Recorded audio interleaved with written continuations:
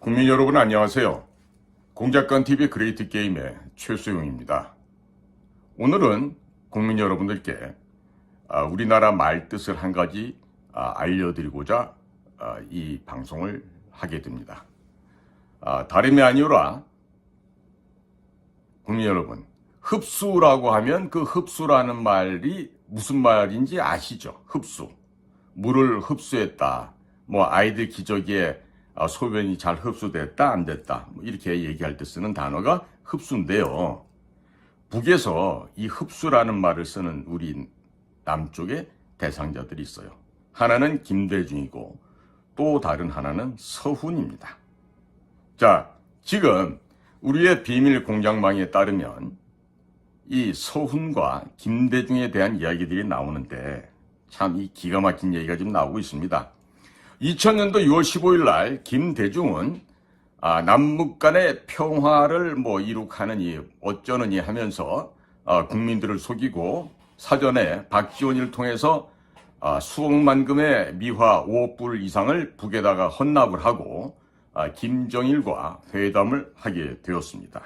그때 김대중은 평양공항에 도착해서 의전 경호 무시한 채로 김정일이가 탄 차에 동승을 하게 됩니다.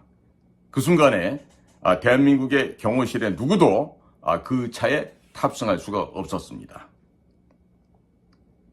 그런데 그 차량 안에서 김대중이 기가 막힌 이야기를 했다는 게 이제서야 역사적인 증언을 통해서 흘러나오고 있습니다. 자, 김대중이가 뭐라고 했겠습니까? 김정일에게 다음과 같은 이야기를 했다 그럽니다. 김일성 수령께서 주장해 오신 낮은 단계의 고려인민연방제를 남한에서 내가 반드시 실현을 하겠습니다. 그러니 이러한 나의 마음을 내 뜻을 받아주실 수가 있겠습니까? 그리고 이후에 북조선에 가서 살 수 있도록 조건을 마련해 주시면 고맙겠습니다. 이렇게 김대중이 김정일에게 말을 했고 이에 대한 답변으로 김정일은 아래와 같이 답변했다 그럽니다. 북조선에 와서 살게 하는 것은 내가 마련해 주는 것이 아니라 우리 북조선 인민들이 김대중 선생에게 마련해 줄 것이요. 참, 일국의 대통령의 신분을 가진 자가 평양을 방문해서 첫 번째 말을, 그것도 우리 비서진들이나 경호실 직원들을 배제한 채 김정일과 같은 차량에 탑승해서 이런 말을 했다 그럽니다. 지금 제가 하는 얘기는요, 제가 소설로 꾸며서 드리는 이야기가 아니라 북한 내부 심층 지역에서 민감한 출처로부터 지금 입수된 거라서 국민 여러분들께 알려드리는 것입니다. 자, 그러면 김대중이 왜 그런 말을 했는지 짐작이 가시죠. 그래서 지금도 북한 괴뢰 평양의 심장부에서는 김대중이야말로 우리가 흡수했던 자다.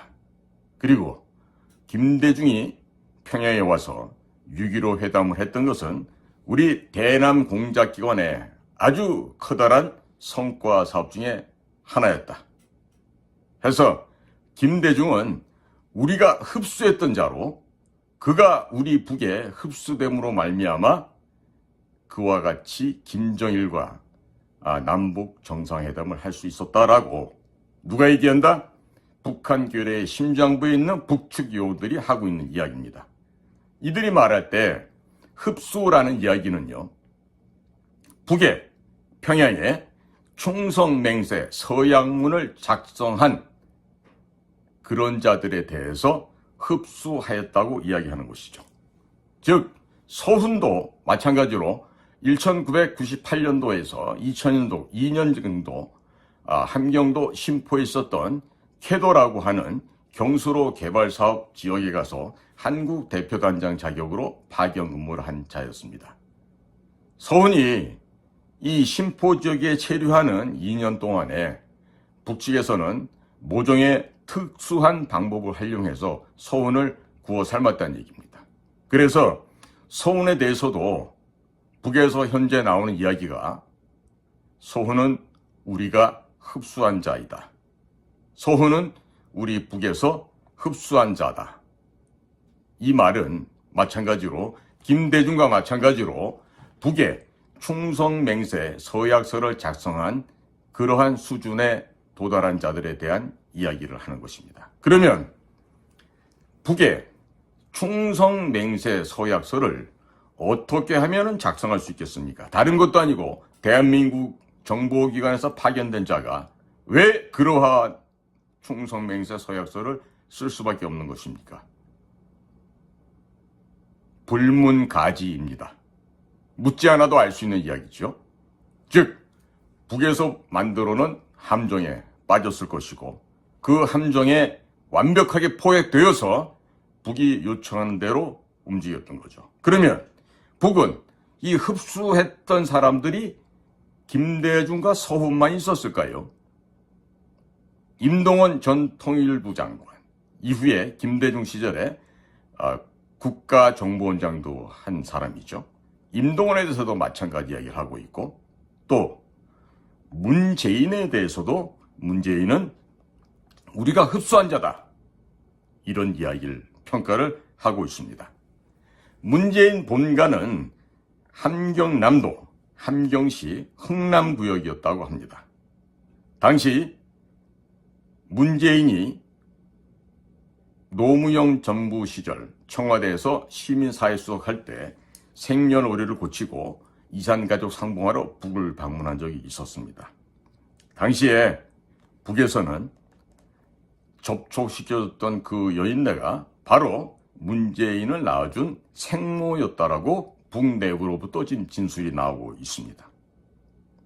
이 굉장히 의미가 있는 이야기인데, 그래서 북에서는 문재인이야말로 우리가 흡수한 또 다른 인자 중에 한 명이다 라고 하면서 문재인을 흡수했던 까닭은 김대중과 마찬가지로 경제적인 돈을 갈취하기 위해서 우리가 그 자를 그러한 식으로 엮어 넣었다라고 북 내부에서 지금 언급을 하고 있다는 겁니다.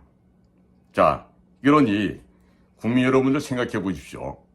북의 대남 공작은 상당 부분 성공을 했습니다. 김대중도 흡수가 되었고 문재인도 흡수된 자 중에 하나였습니다.